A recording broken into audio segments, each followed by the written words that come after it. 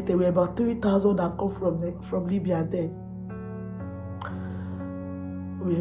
I called my mom that I'm now in Nigeria. After about 5 days, that was the tenure of Senator Ibikunle Amosu. They sent a bus to come and pick us from Port Harcourt and took us to Abeokuta Cultural Center in Abeokuta. Immediately I saw my mom. I'm so happy. I'm so happy to see her. Though all what she sold her land because of me. And to cut the story short,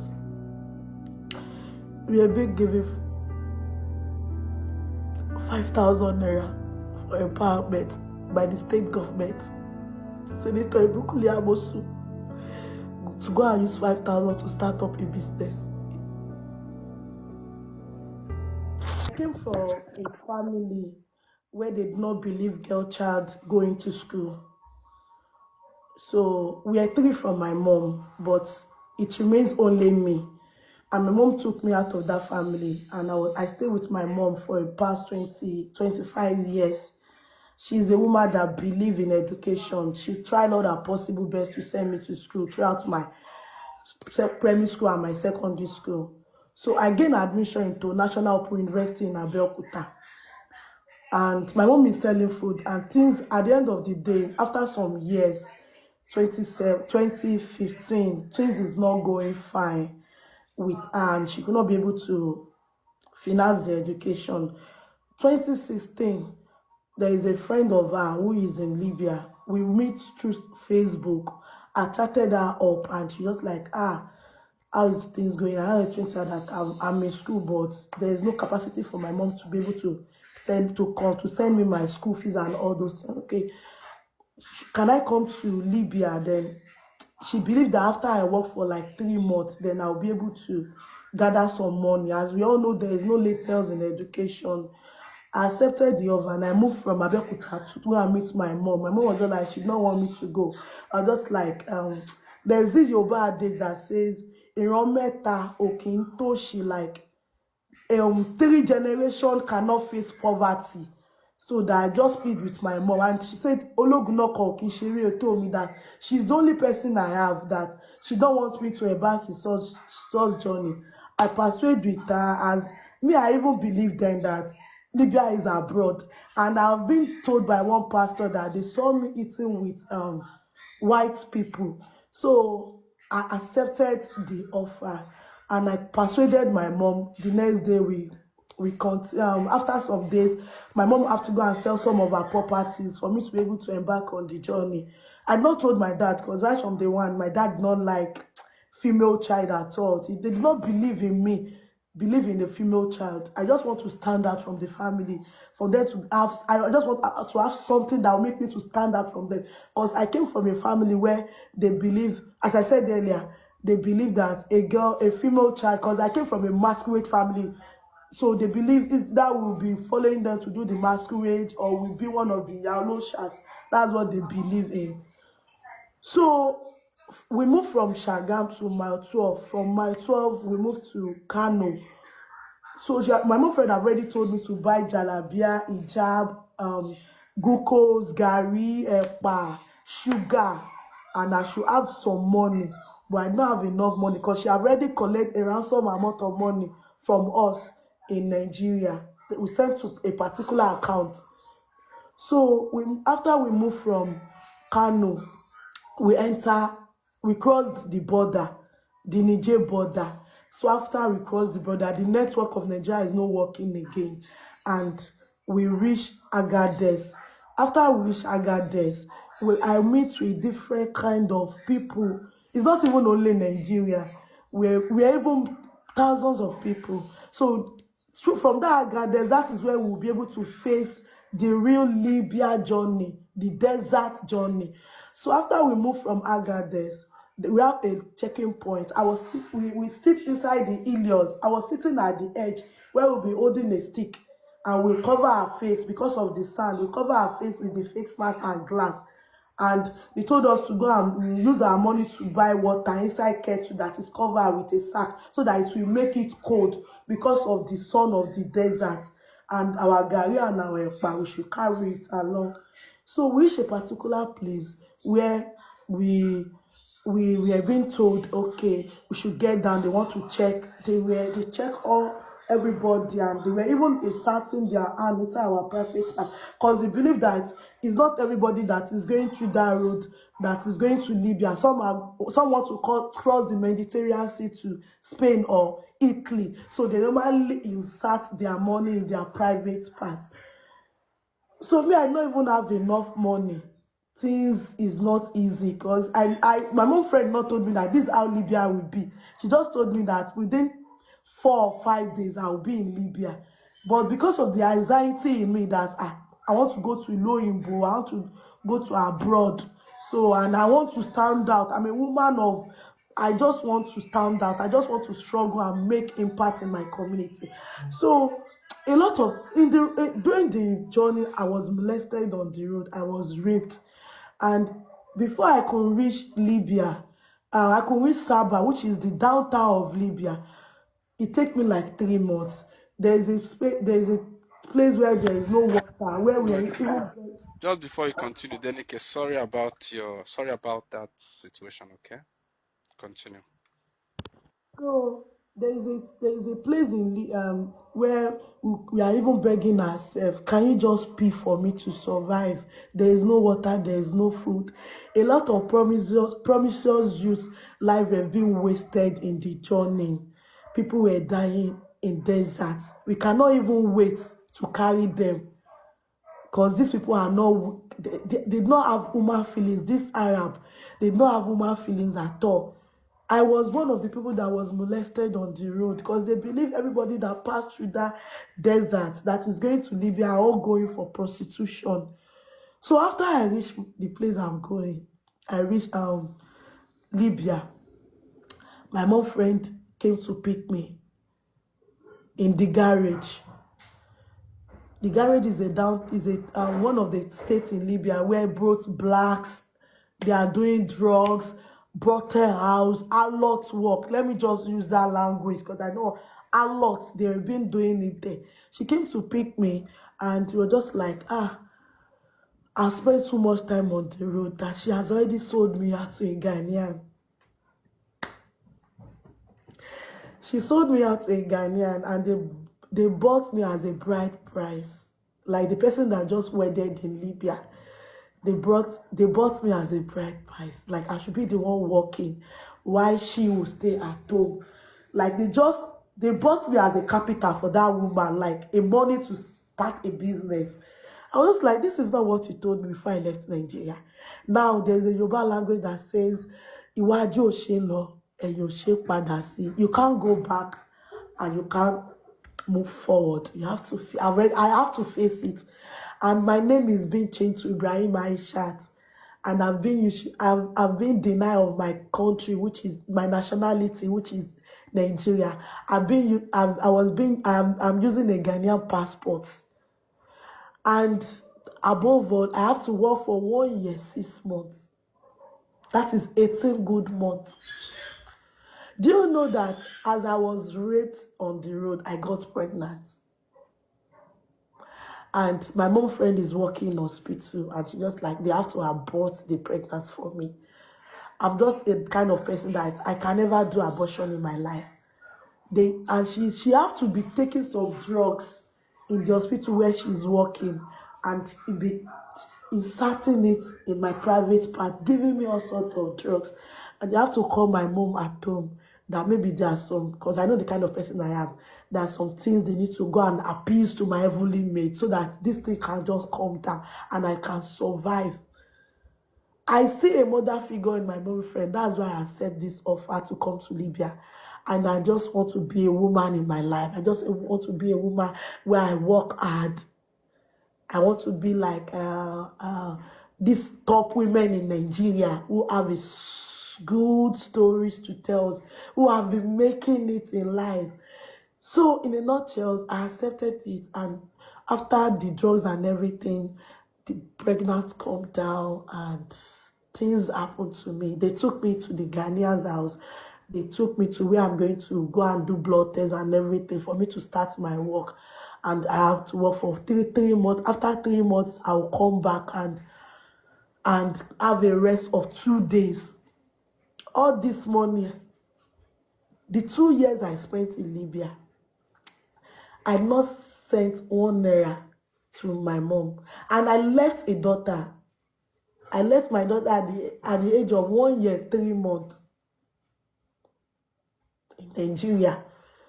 And this my mom friend know about everything about me. You can see how people are so wicked. I was telling some people that it's not until when they use people for ritual, people are being used for money. Physically, working for people for 1 year, 3 months, hard labor. I'm even working as a shagala, not those people that are working in a brothel house. That is something that is very bad. The trauma is still there up to this. I'm not getting myself.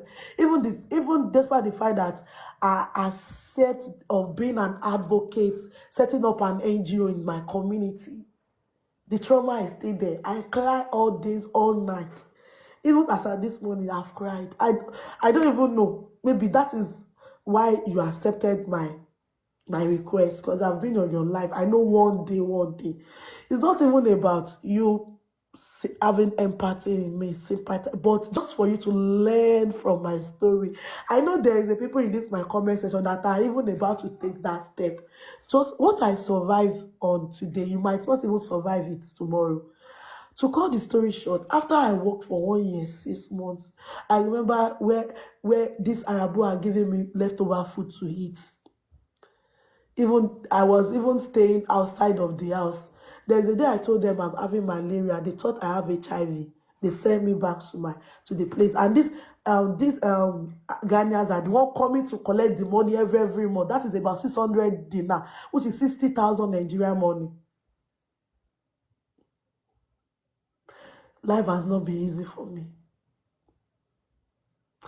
After everything, there's a friend of mine in Nigeria, which is called Guni Chei. When they are having a serious fight in Libya, she helped me to write a petition letter to the embassy that I need to be back home. They called me. I went for an interview. That was 2017, December.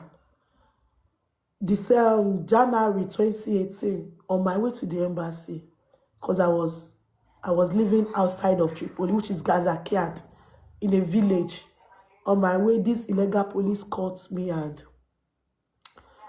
they collected my luggage. I don't even have money. The money I save up, now I'm even happy, is about 60,000 Nigerian money, which I want to convert to $100. And thanks to IOM then, it's a voluntary flight, free flight to go back home. And I was raped inside the car again. And they took me to prison. After they took me to prison, I met with so many Nigerians there. It's not even only Nigerians. We have people from Mali, Senegal, Ethiopia, females. And I was asking them, why are you here?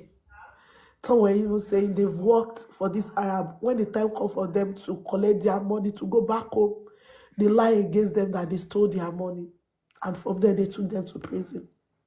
Some were telling me they were caught on the sea. Some were telling me they have spent 2 years in the prison.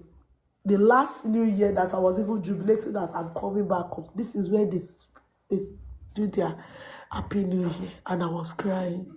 Little kids, people were being ejected so that they will be helpless in the prison, in the food. I was crying.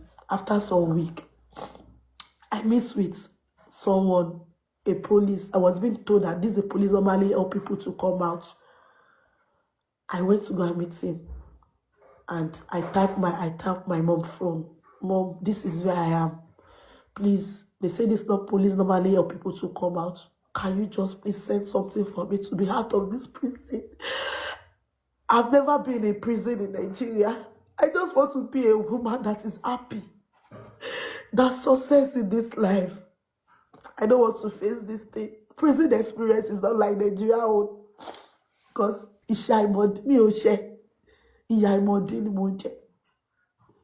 I'm just going on my own. And I was caught. They did not even see anything illegal in my hand. Except the passport. And these people are told them that they cannot even identify the fake passport from the original one. And I'm using a Ghanaian passport.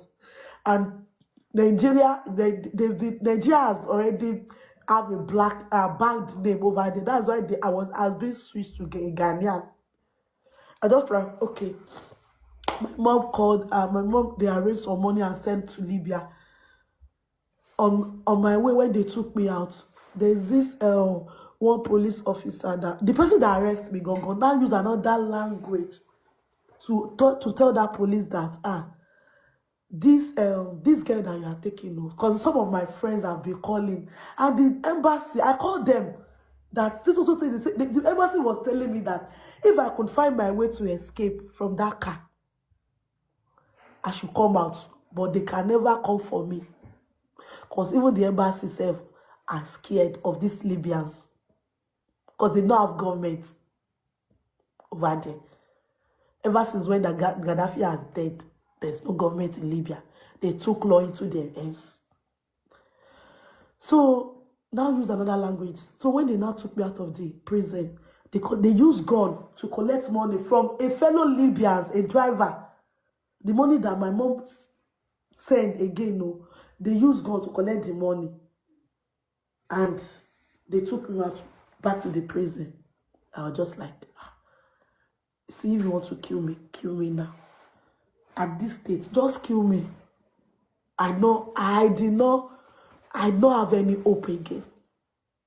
There's one day of this police officer that someone's like, but this thing is haram, this thing which people are doing. But since I'm a Ghanaian, because I'm training in Ghana, you have people that are working for him that took me there. Maybe you can interact in Ghanaian, because I heard a little bit of Ghanaian language that it can even send. It can took me there. Then from there I'll be able to go back home. They secretly took me out of the prison, that man, and they took me to the Ghanaian. It was night. Do you know that this Ghanaian that they took me to, the fact that I hear Ghanaian like Boko, Etisai, greeting them, Kokosai, I heard a little bit of the Ghanaian language. Because you know that I was being sold to a Ghanaian. Ghanaian is my burger. They call them burger. So do you know that this same Ghanaian, before God and man, they have already give him money that they need somebody that they want to buy.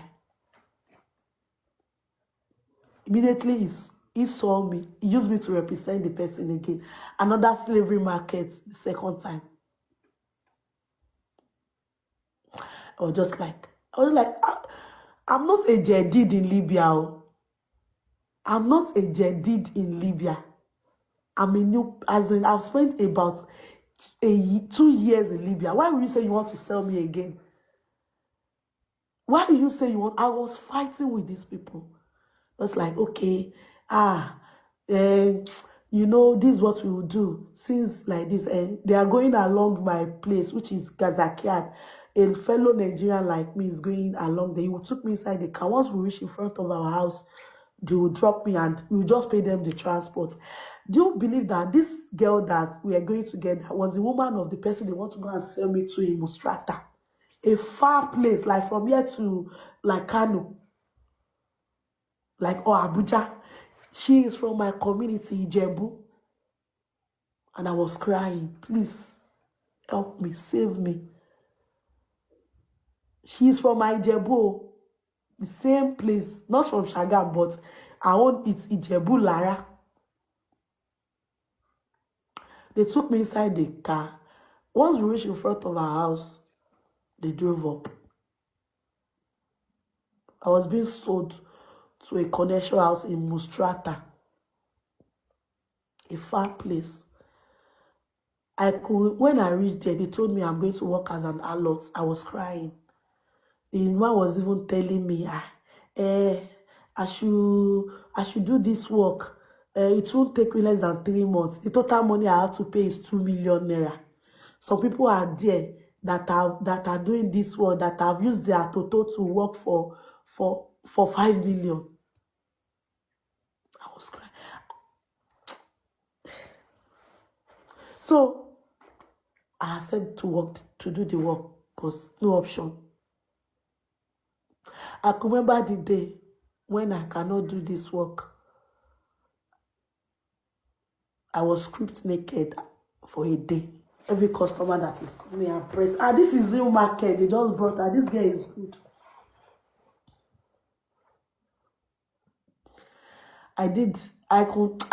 Maybe before God and man and to my creator, I'm not sweeting it, because if I sweet it, it won't be sweet.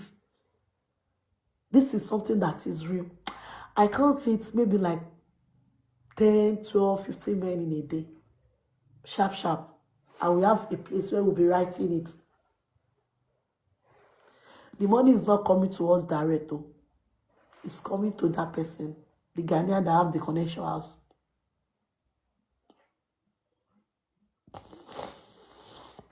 After about 3 weeks fasting and prayer,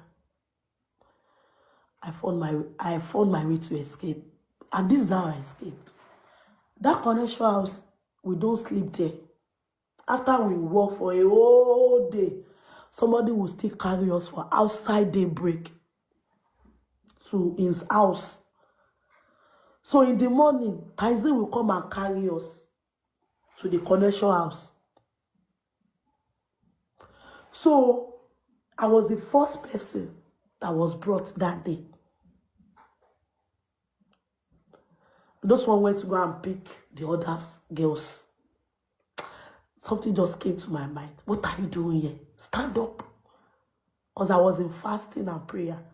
Despite I know that there have been sex with this fasting and prayer, because it's not come from my mind. I just use my heart. I run out. The gate has been locked. Then I have to climb. I don't even know where this power came inside of me. I just jumped from the fence. Up till now, the leg is still paining me. And I run. I meet with a Libyan. I don't wear slippers because the shock is still there. I'm only wearing socks. I'm like a mad woman. I talk to the Libyans. Baba, Bela Aleko, Inshallah, Bela Aleko, Sardine, and I said, help me. I tell the telephone, and then be kill them. You know, just like, Shingu, and I don't want me to be saying, they carry me go prison again, carry me go police. I run. So I don't see this boy. This is the boy is a black boy. I spoke Ghanaian to him, like Boko it is sign. The boy did. I speak Yoruba, but die John to your law. Ẹ ṣàánú mi. Ẹ jọ̀ọ́ ẹ tẹ́ jẹ́ kí ribi kan farasi. I was just like, where will I go again? So I speak English. You don't understand English. And I speak Libya, small. The boy now go and hide me inside one shop, and he gave me phone. The first person I'll call was my ward. My mom. That I found my way to escape. She just prayed for me that if I don't survive this escape, I escape. That she don't forget about me. That she might not see me again. My mom was crying. And I called one of my friends in Libya, in Gazakia, because we share room. I don't have ability to rent house, so we normally share the money for the apartment. I called her. I said, okay. She will call her boyfriend that is living close to that city to send a driver to come and pick me. She sent the driver. They picked me. After they picked me, I'm not feeling fine. I'm not getting myself. When I arrive home, I'm not feeling the vibes of being in Libya anymore. Then I found my way to the embassy myself again, and I cried. They accept I should stay in the embassy and wait till when they will send a chartered flight to come for us. I stay in the embassy for like 2 weeks. Mind you, I've already said across myself that if I survive till my last breath, being an advocate is what I will do. After some weeks, a free flight was sent by the federal government to go back to Nigeria. I was among the luckiest person. They picked me and they dropped us in Port Harcourt. We were being isolated. We were about 3,000 that come from Libya then. I called my mom that I'm now in Nigeria. After about 5 days, that was the tenure of Senator Ibikunle Amosu. They sent a bus to come and pick us from Port Harcourt and took us to Abeokuta Cultural Center in Abeokuta. Immediately I saw my mom. I'm so happy. I'm so happy to see her. Though all what she sold her land because of me. And to cut the story short, we are being given 5,000 naira for empowerment by the state government. Senator Ibikunle Amosu to go and use 5,000 to start up a business.